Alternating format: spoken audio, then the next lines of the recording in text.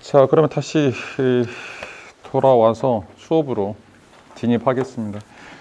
자, 지금 계속 이제 덕의 교수 가능성이 문제가 돼서 제가 이제 4월 20일 날 좀 수업을 하면서 이걸 설명을 드리려고 했는데 지금 밀려가지고 오늘 좀 설명을 해야 이게 좀 가르마가 잡혀야 향연을 읽는데도 지금 도움이 될 수 있을 것 같아요. 자, 향연에서도 처음에 지금 이제 파이드로스, 이제 뒤에 나오는 파우사니아스도 이제 마찬가지고 동성에 대해서 이제 이야기를 하고 있죠. 근데 이제 동성에 대해서 이야기하는 가장 핵심적인 주제가 교육 가능성이에요. 다시 말하면 성인 남자가, 사랑하는 남자가 사랑받는 소년에게 성을 매개로 해서 자신의 훌륭한 인품이나 또는 이제 그 도덕적 품성들을 가르쳐 줄 수 있다. 그게 지금 가장 관건이죠. 그리고 이제 사랑받는 소년은 그거를 배움으로써 자신이 이제 그 성을 매개로 해서 그걸 배움으로써 또 자신이 사랑하는 남성이 되는 이런 어떤 반복적인 구조, 이것들이 어떻게 보면 이제 그리스 사람들이 생각하는 남성성 또는 이제 탁월성의 뭔가 전개, 그리고 이제 이런 사람들이 모였을 때 국가가 또는 이제 정치적으로 이제 올바르게 뭔가 이제 형성될 수 있다라고 하는 것이죠. 자, 근데 이제 여기서 딱 한 가지만 좀 더 짚고 넘어갈 게 있는데, 그래서 이제 이거를 보고 착각을 하시면 안 돼요. 이제 여기서 플라톤도 동성애를 이야기하고 있으니까 그리스 사회가 전부 다 친동성애 아니면 이제 범동성애 사회였구나라고 생각하시면 안 돼요. 자, 이제 왜냐하면 이제 이거를 좀 고민을 하실 필요가 있는데, 이거 제가 한 이야기가 아니고 서울대 강성용 교수라고 인도 고전 문화학 전공하신 분인데, 이분이 이제 서울대 철학과 졸업하시고 독일 함부르크 대학에서 석박사를 이제 인도 고전 문학을 하신 분이에요. 그래서 뭐 그 인터넷 특강 한번 들어보시면 되게 말씀 깔끔하게 잘 하시는데, 그분이 이제 듣고 그분의 이야기 처음에 이제 이런 이야기를 하시더라고요. 그러니까 1980년대에 그 난지도, 서울에 하신 분들 아시죠? 난지도가 이제 쓰레기 매립장인데, 거기에 서울대학교 동양사업과 교수님이 한 분이 이제 자기 학생들을, 대학원생들을 데리고 이제 난지도에 가셨다는 거죠. 그러면서 앞으로 뭐 2050년이든 2060년이든 미래에서 사람들이 이제 고고학 탐구를 할 때, 자, 여기 난지도에 와가지고 뭔가 자료를, 고고학적인 발견을 했다고 가정해보자. 그렇다면 이제 그 미래의 학자들이 1980년도에 대한민국 서울이라고 하는 사회에서 주식이 무엇일까라고 하는 것을 밝힐 수 있는 가장 효과적인 자료를 찾아봐라 라고 이제 숙제를 내주셨어요. 그래서 난지도에서, 그래서 막 이제 뒤지고 이제 헤맸겠죠. 뭐 했겠어요, 답이? 닭뼈? 삼각김밥 봉투? 우리 80년대 삼각김밥 먹었어요? 80년대 가장 많이 나온 쓰레기. 공동 배출 쓰레기 난지도에서. 네, 라면 봉지. 라면 봉지일 수가 있겠네요. 네, 가지고 라면 봉지가 이제 이분이 그 얘기 하시는데, 라면 봉지가 난지도에서 어떤 구석이든지 가장 많이 분포되어 있는 자료라는 거죠. 자, 그러면 미래에서 그 난지도 발굴을 맡았던 학자들은 뭐라고 해석할 거예요? 1980년도에 서울 사람들의 주식은 라면이다 라고 판단을 하겠죠. 근데 우리는 다 살아봤잖아요. 80년대 우리가 라면만 먹고 산 건 아니죠. 자, 똑같은 문제가 여기에도 적용이 돼요. 자, 플라톤의 항해를 비롯해서 그리스의 문화 속에서 지금 사료화된 대부분의 자료 속에서 동성애가 굉장히 많이 등장해요. 자, 이 등장한다라고 하는 것이 두 가지 의미를 갖는데, 실제로 다 동성애를 했다라고 하는 주장과 또 한쪽에서는 이게 과장되게 해석된 것일 수 있다라고 하는 생각이죠. 근데 이제 우리가 지금 이제 전반적으로 이 이제 동성애 옹호론자 또는 친동성애 시대에 살고 있기 때문에 마치 이제 그리스 사람들이 굉장히 아름다운 사랑이라고 하는 거는 이제 친동성애적인 사랑이다라고 하는 것을 이런 사료를 근거로 해서 이야기를 해요. 근데 거기에 대해서 착각하면 안 된다는 거죠. 지금 이게 우리가 라면일 수도 있다는 거죠. 이건 이제 우리가 2500년 전에 안 살아봤으니까 몰라요. 이제 그럼에도 불구하고 지금 많은 자료들이 이 동성애에 대해서 이야기하는 것 때문에 그 사람들은 다 친동성애라든지 아니면 이제 완전히 이제 그런 사랑이 하나밖에 없었다라고 생각할 수도 있는데 일단은 이제 저희는 이게 하나의 가정이고 그리고 이제 이 플라톤 향연에서 동성애에 대한 것들이 친동성애적인 것보다는 이걸 어떻게 벗어날 수 있는가 이거에 대한 비판적인 것들이고 진정한 사랑이라고 하는 것은 어떤 그런 시대적 흐름에서 우리가 찾아낼 수 있는 것들이 아니라 뭔가 초월적인 형태로 가야 된다라고 하는 것이 이제 결론이라고 하는 거죠. 근데 제가 이렇게 계속 말씀드려도 이거에 대해서 되게 시큰둥 하시는 분들이 되게 많아요. 또, 그러니까 지적이면 지적일수록 지금 뭐 약간 친동성애라든지 이런 걸 하면 되게 막 인텔렉추얼 하다고 사람들이 평가하고 뭐 반동성애 얘기하면 또 뭐 시대적 흐름을 못하는 뭔가 좀 이상한 사람이라고 평가를 받기 때문에 자, 그런 노파심 때문에 지금 말씀을 드리는 거예요. 그리고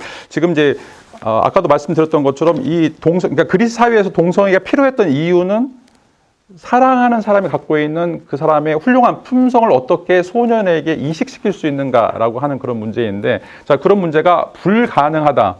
그것은 성립하지 않는다라고 하는 것이 지금 향연에서도 마찬가지고 플라톤 전반적인 작품들에서 등장하고 있는 중요한 결론이에요. 자, 그래서 동성애 양간에서 볼 때 아니 여기서 이제 덕의 교육이지 아까도 얘기했던 것처럼 어떤 테크닉적인 문제는 전혀 고려 사항이 아니에요. 근데 지금 아까도 얘기했던 것처럼 사랑하는 사람이 사랑받는 소년에게 나의 성품, 나의 훌륭한 성품을 전수하겠다라고 하는 것이 이게 새빨간 거짓말이라는 거죠. 이게 성립하지 않는 주장이기 때문에 그게 이제 어떻게 성립하지 않는가라고 하는 것을 각각의 이제 작품들에서 설명하고 있다라고 하는 것들이죠. 근데 여기 지배라고. 자, 그러면 이제 그런 이야기를 어떻게 하는지 그 덕의 교수 가능성에 대해서 찬성하는 논문도 있고 반대하는 이제 논문도 있는데 제가 좀 한 10개 찾아봤는데 그중에 가장 쉬운 게 지금 이제 박재주 선생이 쓰신 논문이 있어서 여러분들에게 좀 소개를 좀 드리겠습니다.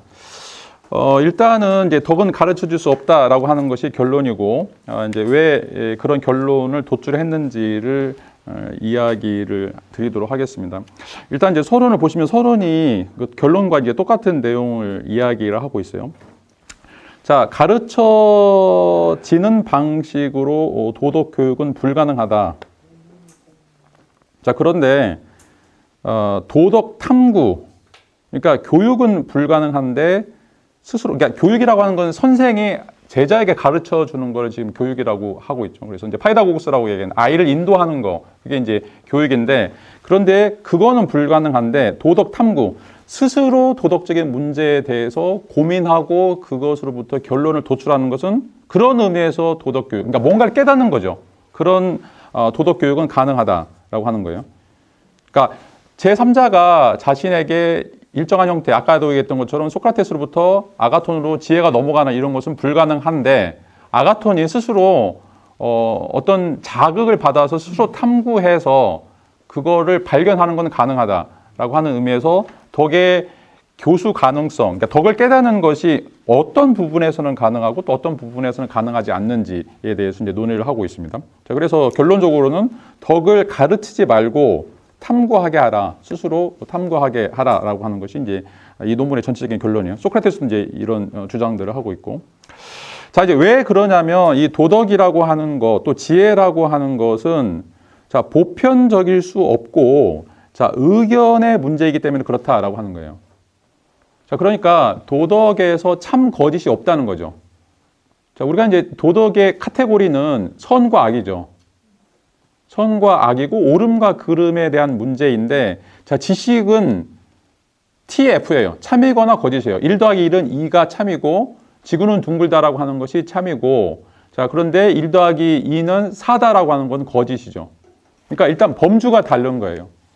자, 그렇다고 한다라면 이 도덕이나 지혜나 윤리에서는 보편적인 타당함 이런 것들이 성립할 수 없죠. 왜 그래요? 관찰 불가능하기 때문에 그런 거죠. 자, 지구는 둥글다 그러면 우주선을 나가서 보면 아는 거고 1 더하기 1은 2다라고 하는 걸 우리가 확인할 수 있는 감각지각을 통해서 확인할 수 있는 그런 것들. 이걸 우리가 검증 가능성이라고 이야기하죠. 자, 이런 검증 가능성이 있으면 우리는 그거를 지식으로 이야기할 수 있는데, 그런데 도덕이나 윤리는 지식이 아니라 의견이다, 독사다라고 이야기를 하고 있어요. 자, 오피니언에 불과해요. 내가 하는 생각. 그러니까 이제 이 도덕적인 문제라고 하는 게 뭐예요? 이건 좋음과 나쁨 또는 옳음과 그름이라고 하는 건데, 자, 이게 어떤 방식으로 추상화된다고 하더라도 합의점에 도달할 수 없는 것들이죠. 자, 합의점에 도달할 수 있는 것은 단순하게 상호 주관성이라든지 또는 이제 뭐 간주관성이라고 하는 거죠. 이거가 가능한 이유는 이제 법이라든지 제도 또는 이제 사유화를 통해서 일정 부분 의견 조율을 하는 것들이죠. 아니면 이제 현대 윤리학에서 이야기한 것처럼 계약을 통해서, 법도 마찬가지고 제도도 마찬가지고 다 계약과 관련된 거죠. 이렇게 우리가 상호 합의하자. 왜? 둘 다 이거 윈윈할 수 있기 때문에 그런 것들이죠. 그런데 저게 옳기 때문에 우리가 합의하거나 옳기 때문에 계약을 맺는 건 아니라는 거예요. 또는 그게 참이기 때문에 그런 것도 아니고 또 거짓이기 때문에 그런 것도 아니고. 자, 그래서 이제 플라톤이나 소크라테스에 있어서 이 도덕적 탐구라고 하는 것은, 자, 우리가 확실하게 명증한 그런 지식의 형태로서 가질 수 있는 것이 아니기 때문에 이건 이제 의견의 문제에 불과하다. 자, 그런 측면에서 그러면 이제 의견이라고 해서 그러면 다 포기해야 되느냐, 상대주의로 가느냐, 그 소피스트들이 이야기하는, 여기서는 지식교사라고 이야기하는데 굉장히 거창하게 이제 번역을 했는데, 그 소피스트들이 이야기하는 것처럼 이제 모두 다 이제 프로타고라스가 이야기한 것처럼 인간이 만물의 척도다라고 이야기하고 있죠. 자, 인간 스스로가 척도다. 그리스 말로 이제 메트로논이라고 이야기하는데, 메트로논이라고 하는 건 뭐 초를 재거나 시계 같은 역할을 하는 거예요. 자, 그것의 가장 핵심적인 주체는 나다라고 하는 거죠. 내가 나의 삶에 있어서 중요하고 옳고 뭔가 가치 있는 것을 내가 계량하고 내가 결정하는 거이기 때문에 다른 사람이 관여할 수 없다라고 이야기하는 거죠. 그래서 각각의 사람들이 각각의 척도를 가지고서 살아가는 삶이 어떻게 보면 이제 정치적인 삶, 윤리적인 삶이다라고 이제 이야기를 할 수가 있는데, 자, 그럼에도 불구하고 소크라테스는 의견들 중에 좋은 의견이 있고 또는 나쁜 의견이 있다라고 이야기하는 거죠. 그러니까 베터된의 문제가 발생해요. 베터된. 자, 다른 사람은 담배를 태울 수 있어요. 근데 나는 담배를 태우지 않아요. 자, 그럼에도 불구하고 내가 좋은 의견이라고 생각하는 이유는 담배를 피워서 나의 건강을 해롭게 하기 때문에, 건강을 해롭게 하는 것보다는 하지 않는 게 베터된 하다라고 하는 것은 누구나 또 공감할 수 있는 것들이죠. 자, 그런 의미에서, 자, 모든 의견들이, 그러니까 도덕적인 문제가 의견이기 때문에 서로 상대적인 베이스에 기반하고 있음에도 불구하고, 자, 일정 부분, 자, 중립적이거나 아니면 좀 더 그 세련된 의견들이 존재할 수 있는 가능성이 생기는 거죠. 자, 여기까지 이제 도덕이 하고 있는 역할이 뭔가 이제 중요한 역할들을 하는 것이지, 그 이상을 넘어서 이거를 참과 거짓의 문제로 환원하거나 아니면 절대 보편적인 어떤 도덕적 원리들로 그거를 만들려고 하는 그런 시도들은 절대 성공할 수 없다라고 하는 것들이죠. 자, 그래서 기본적으로는 도덕은 교수 가능성이 불가능하다라는 주장을 하고 있어요. 왜냐하면 참과 거짓이 아니기 때문에 그건 선생의 생각일 수 있다는 거죠. 또 선생도 뭐 조선시대의 선생 또는 이제 뭐 지금 현대의 선생이 또 다른 이야기를 할 수 있고. 자, 그리고 이제 또 중요한 거는 인간은 뭐가 행복인가? 이걸 이제 최선의 삶이다라고 이야기하는 거죠. 우리가 베스트 라이프라고 이제 이야기하는 건데, 그리스에서 베스트 라이프든지 행복이든 다 똑같은 얘기예요. 뭐가 인간에서 가장 좋은 삶인가라고 물어본다라면 아무도 몰라요. 신이 아니기에. 그래서 지난번에 말씀드렸죠. 소크라테스가 지금 이제 돌아갈 시간인데 여러분들은 살러 가고 나는 죽으러 갑니다. 그런데 누가 가장 좋은 길을 가는지 아무도 모릅니다. 아무도 모르죠.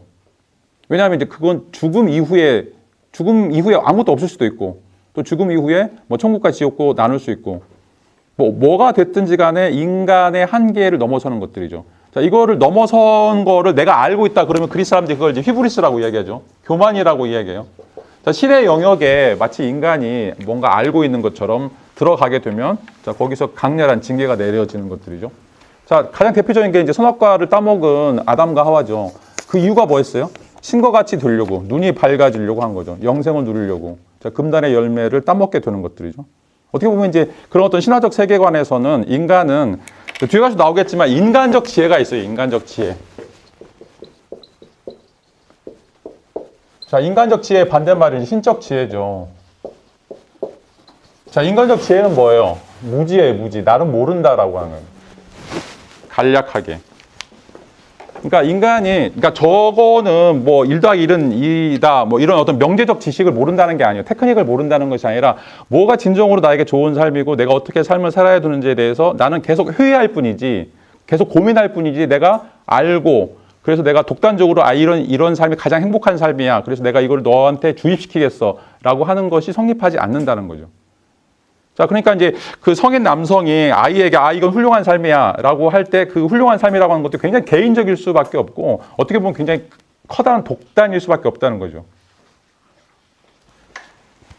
자, 그렇기 때문에 인간은 끊임없이 일생 동안 도덕적 탐구를 해야 돼요. 뭐가 옳은 삶인가, 뭐가 좋은 삶인가, 뭐가 진정으로 가치 있는 삶인가라고 하는 것을 끊임없이 탐구하고 그것을 일평생 동안 공부해야 된다는 것들이죠. 자, 이거를 이제 소크라테스는 영혼을 돌본다라고 이야기를 해요. 영혼을 돌본다. 또 다른 것에서 이제 죽음에 대한 연습이라고 얘기해요. 죽음 연습. 자, 평생 동안 자신의 삶, 가치 있는 삶이 무엇인지에 대해서 고민하고 그런 길들을 계속해서 찾아 나가는 것. 자, 그런 것이 바로 죽음에 대한 연습이라든지 아니면 영혼을 돌봐라. 또는 이제 너 자신을 알라도 똑같은 얘기죠.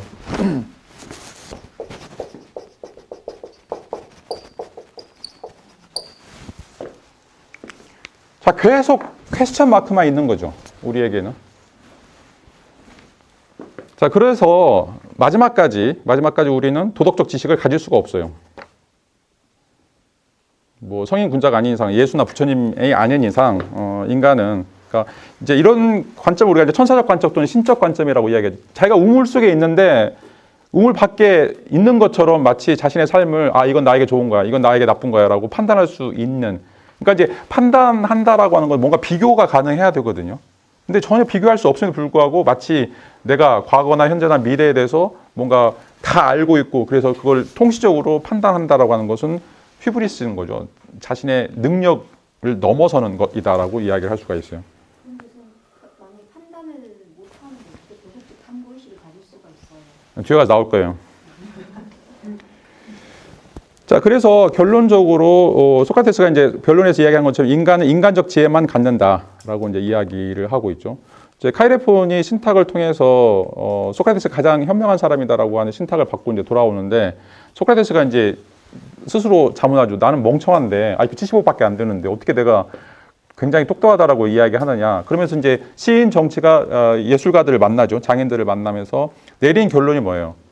나는 저 사람들은 뭔가를 안다라고 이야기하는데 실질적으로 아무것도 모르는데 나는 안다고도 말도 안 하고 실제로 모른다라고 얘기해요. 이게 이제 인간적 지혜다라고 얘기하는 거죠.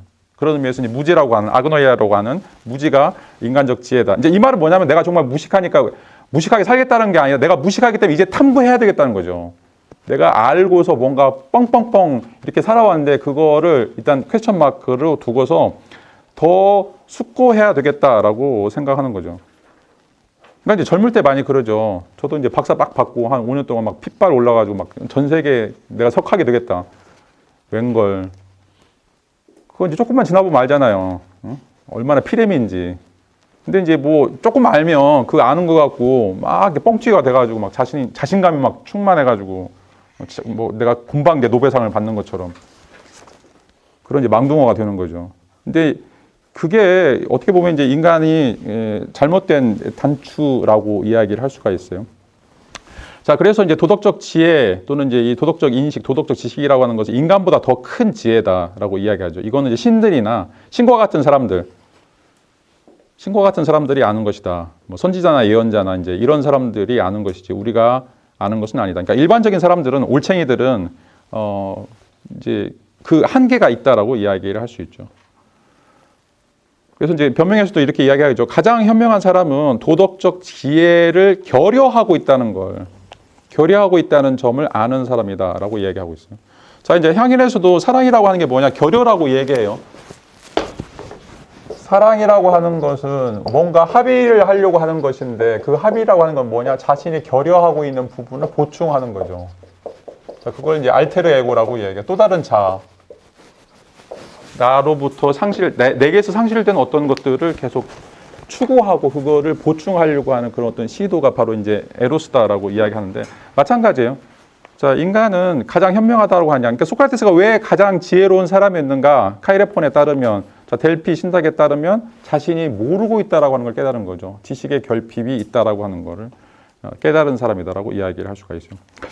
자, 이제 계속해서 반복적으로 얘기하지만 이제 도덕 지식이 왜 불가능하냐? 도덕 지식은 객관적으로 검증 불가능하기 때문이다라고 얘기합니다. 뭐가 선인지, 뭐가 악인지, 뭐가 옳음인지, 뭐가 그름인지 어느 누구도 검증할 수 없다라고 하는 거죠. 자, 검증을 하기 위해서는 죽어봐야 하는 거죠. 자, 그래서 이제 그 신에 대한 존재론적 증명 중에 하나가 바로 이제 도덕적 증명인데 대표적인 게 바로 칸트죠. 자, 칸트가 생각할 때 우리가 어떤 사람은 정말 악한 사람인데 마지막까지 막 잘 먹고 잘 살고 그렇게 해서 죽어버리고 또 다른 사람은 정말 선하게 살았는데 지질이 고생만 하다가 죽는다고 하자. 근데 만약에 그 뒤에 천국도 없고 지옥도 없다고 그러면 왜 우리가 이 세상에서 정말 열심히 성실하게 살아야 되느냐? 뭐 타당한 이유가 없는 거죠. 자, 그래서 그런 세상이 끝이 아니라 다음 세상에 그거를 보충해 주거나 벌충할 수 있는 그런 어떤 세계가 필요하다라고 하기 때문에 이제 도덕적으로 신을 요청하는 것들이죠. 요청된 신의 개념들을 이제 이야기를 하고 있는데 자, 이 말은 뭐냐면 끝까지 죽는 순간까지 누가 정말 잘 살고 있는가, 누가 가장 행복한 사람인가를 검증할 수 없다는 거죠. 그러니까 좀 희한한 게 우리 한상희 쌤 같은 경우는 담배 엄청 많이 피거든요. 저 양반 벌써 뭐 폐암에 걸리거나 위암에 걸렸어야 돼요. 근데 안 걸린단 말이야. 근데 어떤 사람은 담배 한 번도 안 폈는데 뭐 위암에 걸리거나 폐암에 걸려가 돌아가신 분이 있어요. 자, 이게 이제 또 이제 우리가 자주 이야기하는 부조리잖아요. 세상은 합리적으로 안 돌아가요. 정말 이상해요.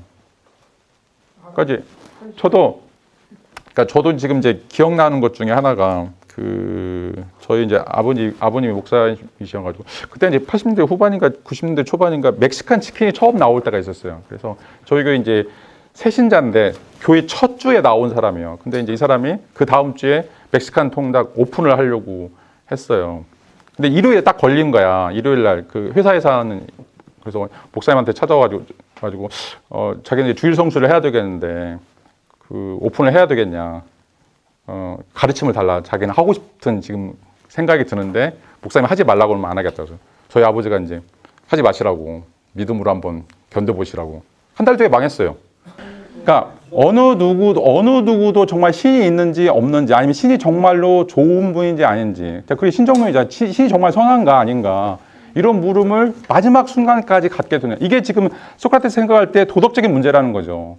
자, 도덕적인 문제는 참과 거짓처럼 명확하게 내가 확인할 수도 없고 다른 사람을 통해서 알 수도 없는 굉장히 미스터리어스한 그런 어떤 존재다라고 이야기를 할 수가 있어요. 자, 이제 이 말은 뭐냐? 결과적으로는 이 도덕 문제를 해결할 수 있는 궁극적인 방법은 존재하지 않는다라고 하는 거죠. 마지막 순간까지.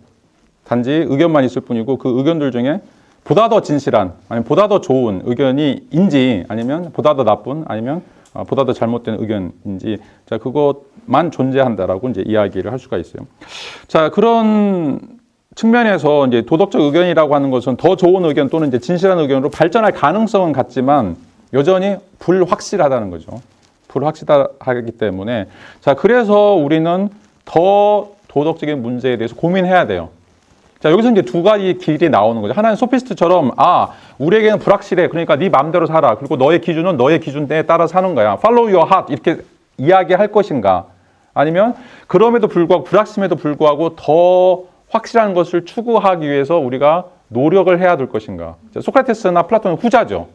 그러니까 불확실하니까 끝내자. 네 마음대로 살아. 이게 아니라 뭔가 확실한 것, 그러니까 지금은 A지만 A-A2-, A3- 뭔가 더 정교하게 만들 수 있는 그런 가능성들을 찾아가는 것이 그게 이제 철학을 하는 거, 지혜를 사랑하는 것이다라고 이야기를 할 수가 있어요. 아까도 얘기했던 것처럼 이제 사랑이라고 하는 게 결연데, 그러니까 나 혼자 살겠어. 이게 아니라 끊임없이 자기 자신을 메꿀 수 있는, 옆구리를 메꿀 수 있는 사람을 찾아가는 거죠.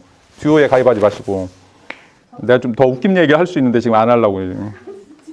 자, 근데 이제 왜 우리가 이제 이런 문제를 찾아야 되느냐, 왜 문제를 찾아야 되느냐라고 할 때, 자, 어디엔가는 우리가 어떻게 삶을 살아가야 되는지에 대한 선명하진 않지만, 그래도 희미한 답들이 존재하기 때문에 그런 거예요.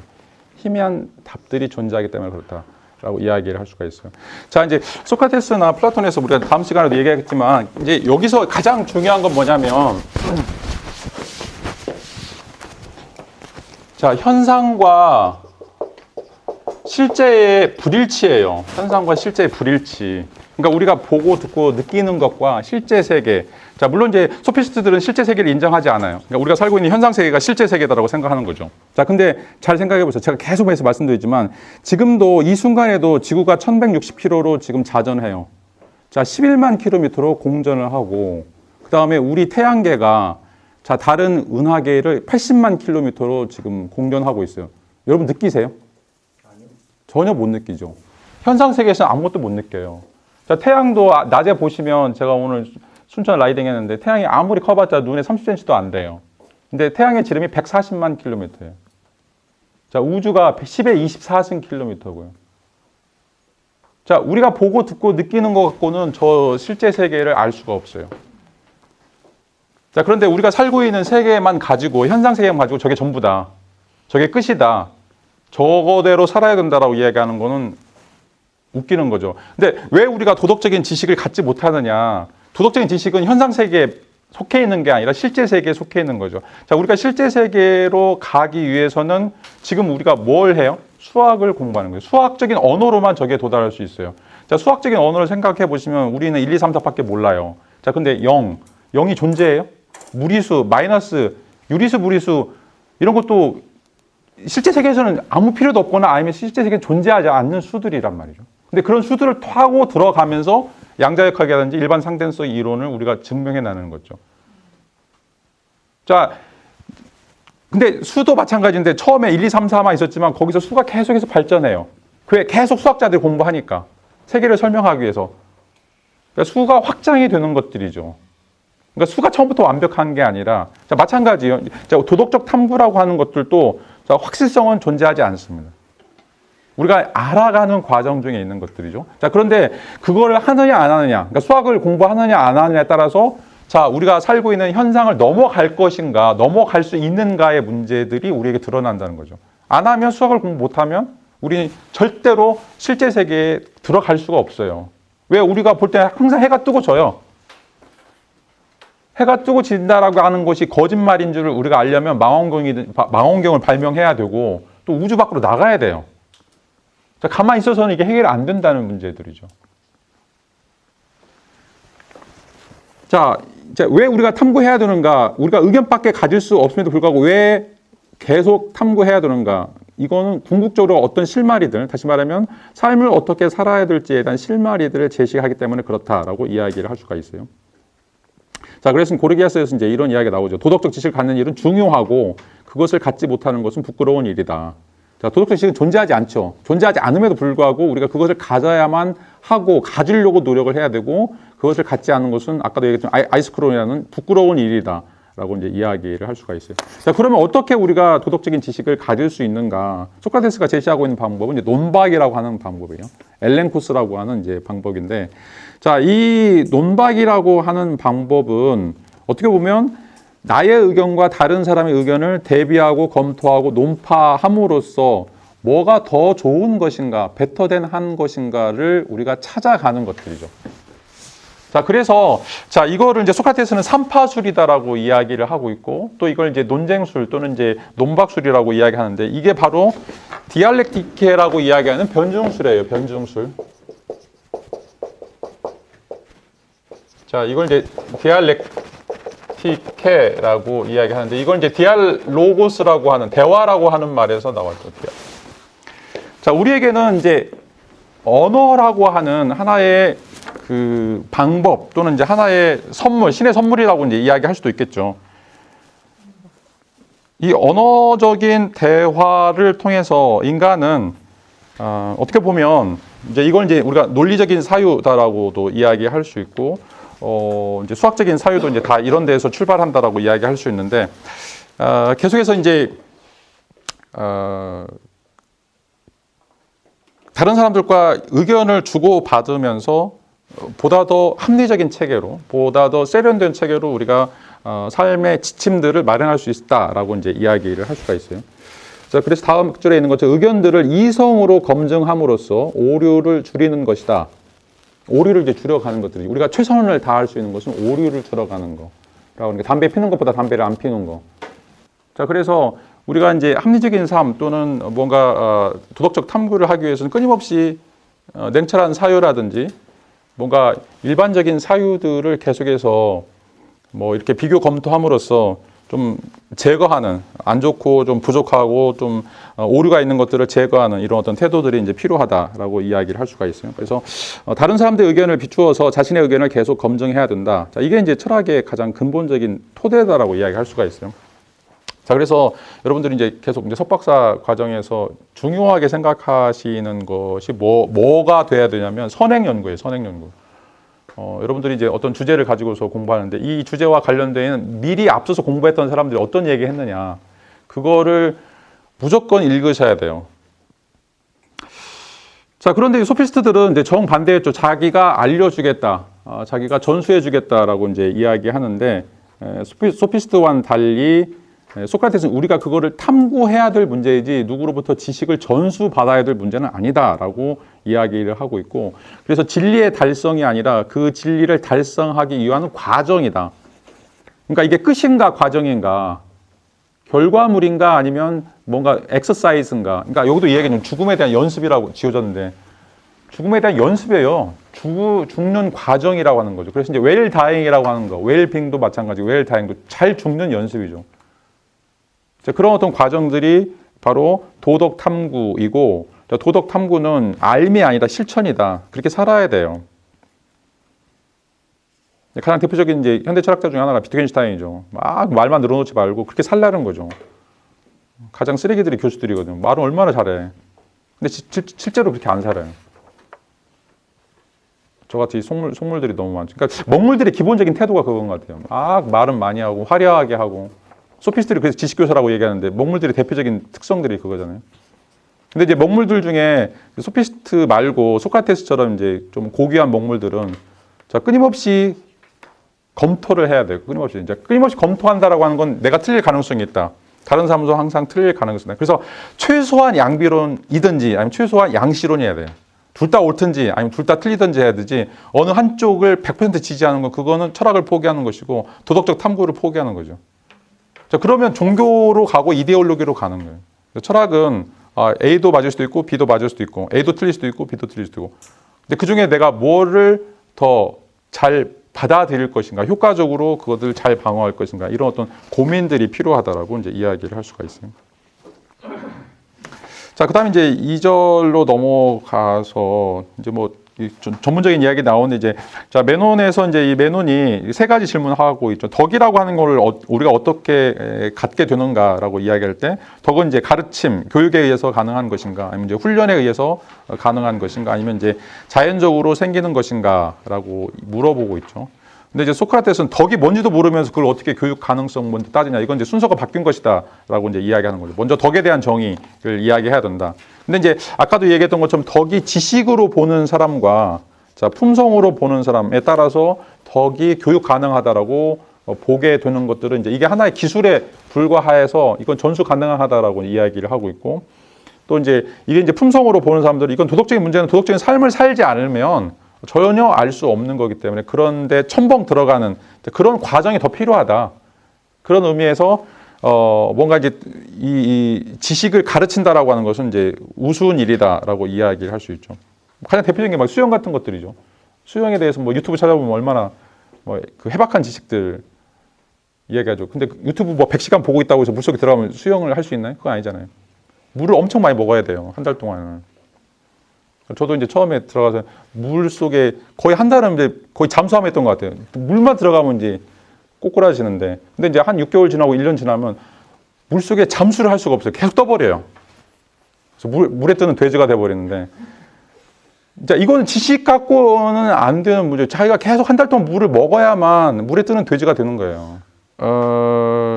무슨 시간이 없으니까 좀 더 넘어가죠. 이제 아까 이제 그 얘기했던 것처럼 자 우리가 알 수 없는데 그것이 어떻게 또 탐구가 가능하냐 이제 그 이야기를 하셨는데 이제 이 페이지 보시면 그거를 상기라고 하는 이론을 끌어들이면서 설명을 하고 있어요.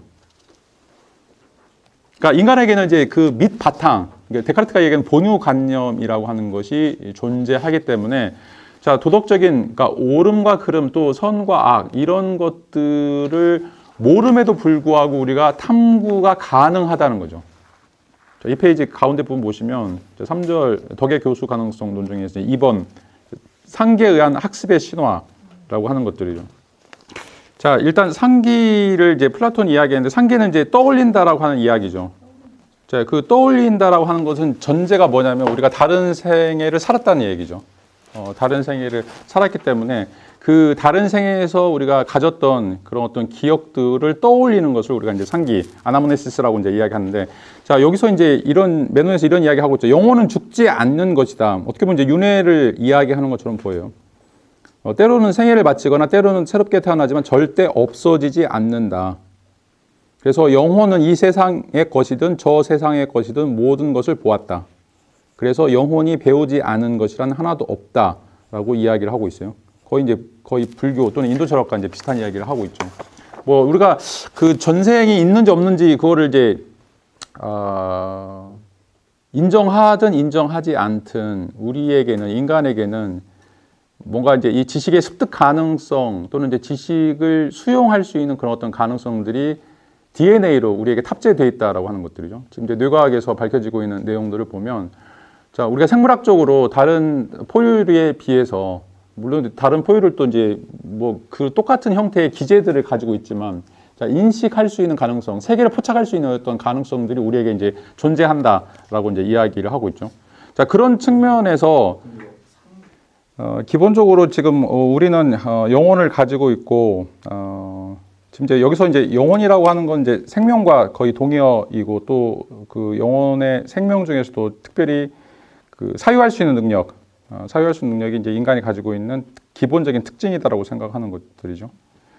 자, 그런 것들을 통해서 우리가 이제 알 수 없는 세계에 대한 탐구, 또 알 수 없는 세계에 대한 어떤 호기심들을 갖게 된다라고 이제 이야기를 할 수가 있어요. 이제 그런 사례 중에 하나가 바로 이제 메논이 데려온 노예 소년에게 정사각형의 2배의 넓이를 가진 이런 어떤 공리나 공준을 통해서 수학적인 증명들을 끄집어내게 되는데 이게 이제 스스로 그 답을 도출하는 것들을 보여주게 돼요.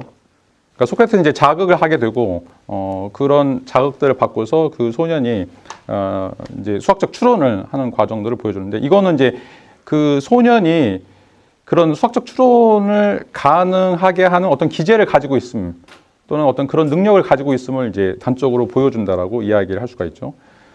그래서 모든 과정이 이제 스스로 생각을 한 것이고 스스로 생각을 통해서 이런 어떤 결론에 도달한다라고 이제 이야기를 할 때 이제 그 답은 어디에 있었는가? 소년의 내면에 있는 것들이죠. 자, 이런 의미에서 이제 내면성이 가장 중요한 것이고 그 내면성을 바로 이제 그의 자아 또는 영혼이다라고 부른 것들이죠.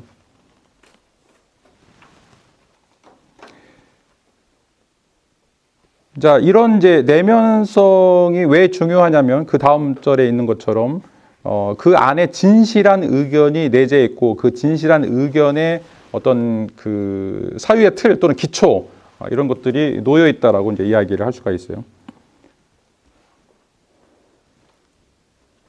자, 이건 아직 이제 꺼내기 전이긴 하지만 그 과정을 통해서 자신이 정말로 이제 탐구하는, 궁극적으로 탐구하는 그런 어떤 요소들이 드러나게 된다라고 이제 이야기를 하게 되는 것들이죠.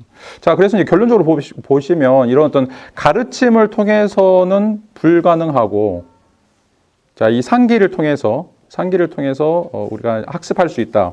그러니까 자신의 내면 속에 있는 요소들을 하나씩 도출해 내므로써 또 이게 그 하나의 그 지식이 될 수 있다. 이제 여기서 좀 헷갈리면 안 되는데 지식이 될 수도 있다. 예.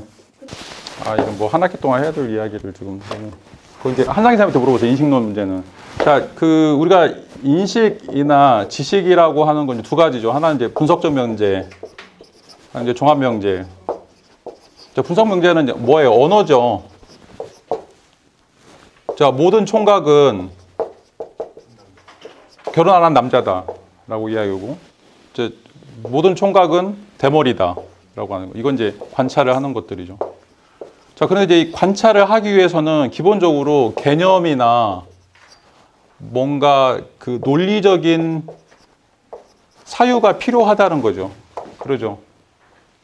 그러니까 이제 이건 종합명제는 2차적인 건데 1차적인 것들은 기본적으로 뭔가 그러니까 이런 어떤 정의라고 하는 것들이 있어야 되겠죠. 이걸 이제 데카르트가 본유관념이라고 이야기를 할 수 있는 것들인데, 자, 이거는 내재되어 있거나 아니면 우리가 타고 태어난 것들이죠.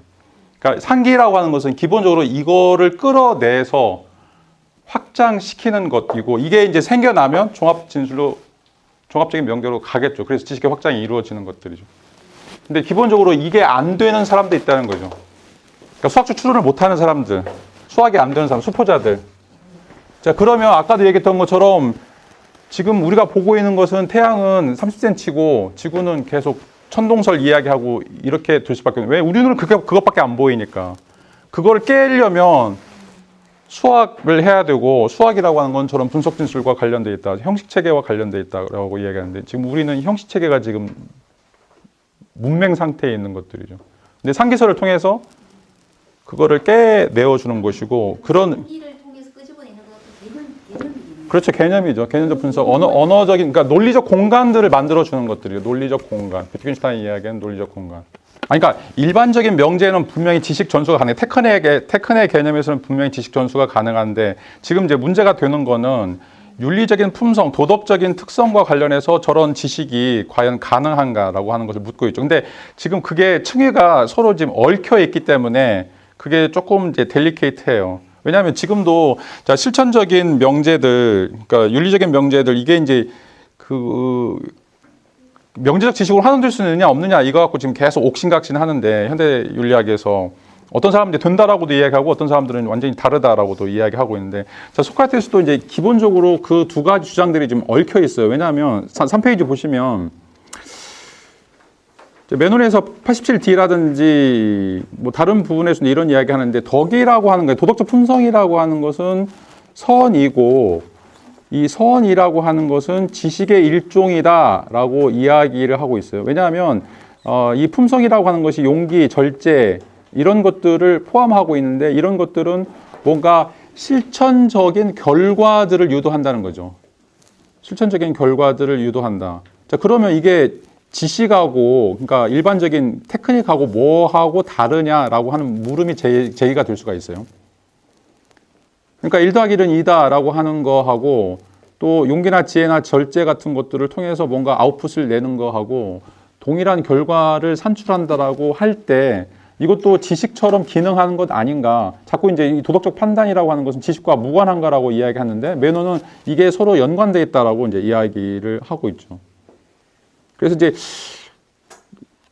그런 의미에서 덕이 이제 지혜, 이런 어떤 지식, 테크닉적인 것의 한 형태라면 덕은 가르쳐 줄 수 있다라고 메논은 이제 이야기를 하는데, 플라톤도 여기에 약간은 이제 소크라테스 여기에 이제 약간은 동조하는 것들이 이제 등장하게 돼요.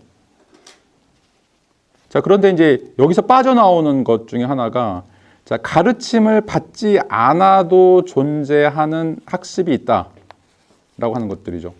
그러니까 어떻게 보면 실제적으로 우리가 전혀 배운 바가 없음에도 불구하고 우리가 하는 일정한 형태의 그런 실천적인 활동들이 존재하는데, 그것은 이 가르침과는 무관하다라고 이제 이야기를 하고 있어요.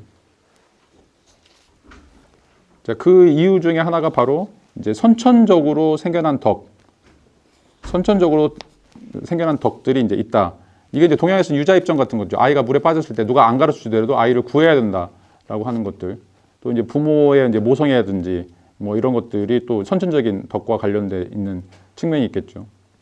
그러니까 어떻게 보면 이제 우리 DNA에 그 내재되어 있는, 탑재되어 있는 일정한 형태, 뭐 혈적 관계에서 등장하고 있는 이런 것들. 또 우리가 이제 뭐 도킨슨이 이야기한 것처럼 인간은 이기적 유전자를 가지고 태어난다라고 하는 것들도, 이건 덕과는 무관하게 자신의 이익을 관철시키기 위해서는 어떤 형태가 됐든지 간에 일정한 행동 패턴들이 생긴다라고 하는 것들도 마찬가지죠. 그러니까 지금 뭐 계속 영혼에 대한 그 혼란스러운 생각이 나오는 거는 지금 데카르트처럼 그 영혼이라고 하는 것이 뭔가 하나의 실체, 하나의 입자라고 지금 생각하기 때문에 자꾸 지금 왜곡 상태가 벌어지는데, 제가 지난번에도 이야기했던 것처럼 인간의 영혼이라고 하는 거는 지금 완성되어 가는 과정이고 하나의 사건이고, 자, 이것들의 과정이라고 좀 생각을 하셔야 돼요. 그래야 좀 플라톤이나 뭔가 이제 그 이원론을 이해할 수 있는 그런 것들이 생기지. 자꾸 이제 그 실체 이원론처럼 그냥 물질이 있는 것처럼 영혼도 따로 존재한다. 그래서 뭐 기독교식으로 이 사람들이 천국 가고 지옥 간다라고 하는 방식. 그래서 인간의 몸이 소멸한 이후에도 뭔가 남아있는 그런 존재가 있다라고 하는 방식으로 이해하면 절대 지금 이 주장들을 따라갈 수가 없어요. 나중에 한번 더 설명을 드리겠지만, 일단 기본적으로 이제 우리에게는 이 가르침을 받지 않고도 존재할 수 있는 학습이 있고, 또 그것이 우리에게 이제 내면적으로 존재하는 어떤 일정한 특성들이 존재한다 라고 하는 것을 이제 이해를 했어요. 이제 물론 이제 소크라테스 이거 명확하게 밝히진 않아요. 그런 게 있을 수 있다, 그런 어떤 가능성들이 있을 수 있다. 그런데 또 부분적으로는 어떻게 보면 이제 그 덕이라고 하는 것이 이런 어떤 지식의 역할들을 한다. 그래서 지식인 것처럼 보일 수도 있다라고 이제 이야기를 하는 것들이죠. 그래서 이제 앞에서 이야기했던 건 덕은 이제 지혜 또는 지식의 일부이거나 또는 전부일 수도 있다. 그렇게 드러나는 것들이 가능하다라고 이야기할 수 있는 것들이죠. 자, 그래서 이제 마지막으로 이제 빠져나가는 것이 이제 이 두 가지를 구분해야 된다. 예를 들어서 이제 객관적 사태에 대해서 물은 100도씨에서 끓는다라고 하는 것을 아는 것과, 그다음에 이제 사람은 정직해야 된다라고 하는 주관적 결단. 이 객관적 사태와 주관적 결단을 이제 구분할 필요가 있다라고 이야기하고 있고, 그다음에 덕에 대한 문제, 지혜든지 삶의 지혜든지 아니면 이제 윤리적인 그런 특성들은 이게 주관적 결단과 관련된다라고 하는 이제 이야기를 좀 더 강화시키고 있습니다.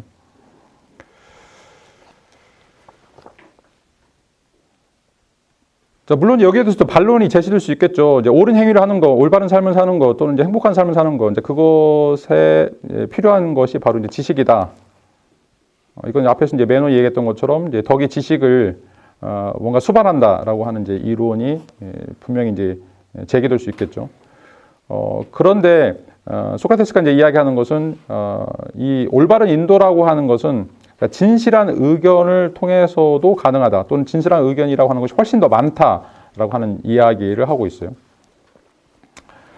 자, 그런 경우는 어떻게 보면 이제 이 사례를 들고 있는 것 중에 하나인데, 자, 라리사, 이제 아테네에서 이제 북쪽에 있는 도시가 이제 라리사인데 한 200km, 300km 떨어져 있나요?